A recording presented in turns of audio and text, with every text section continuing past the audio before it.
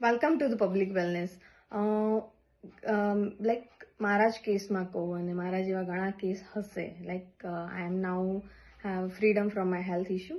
સો like ઘણી વખત કેવું થાય કે બધી જ ફિલ્ડની દવા લઈ લીધી હોય, આપણને કોઈ એવો હેલ્થ ઇશ્યુ થયો હોય, રાઈટ, અને તેમ છતાં પણ રિપીટેડલી હેલ્થ ઇશ્યુ થઈ રહ્યો છે, રાઈટ. તો એવા કેસમાં શું કરવું? હવે ક્યારેય એવા કેસમાં મેજોરિટી એવું થતું હોય કે આઈ એક્સેપ્ટ માય સેલ્ફ, હું પોતે જ એક્સેપ્ટ કરું છું કે લાઈક હું મેડિસિન કે કંઈ પણ જે પણ કંઈ કહેતા હતા એ લઈ લેતી હતી, right. But I am not fixing, like હું મારો જે હેબિટ્સ છે એ ચેન્જ નહોતી કરતી because I am not aware, I am lazy in that. Secondly like મારું જે રૂટીન હતું એ પણ હેલ્ધી નહોતું, રાઈટ. સો એના કારણે જે થતું હતું એ જ થતું હતું, right. And third thing is emotional health, right. So when I working in to improve my emotional health, right.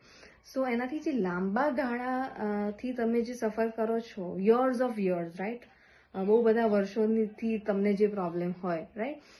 સો જ્યારે તમે આ ત્રણ ઉપર વર્ક કરશો, એક તો emotional health, healthy habit, healthy routine, right, અને last thing is meditation, right.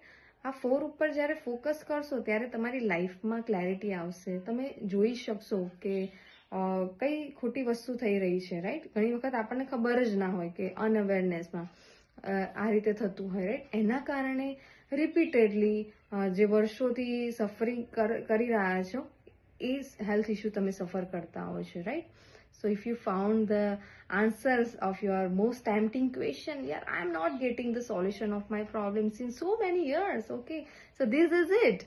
So share this with your friends and loved ones. Stay healthy, stay happy. Thank you.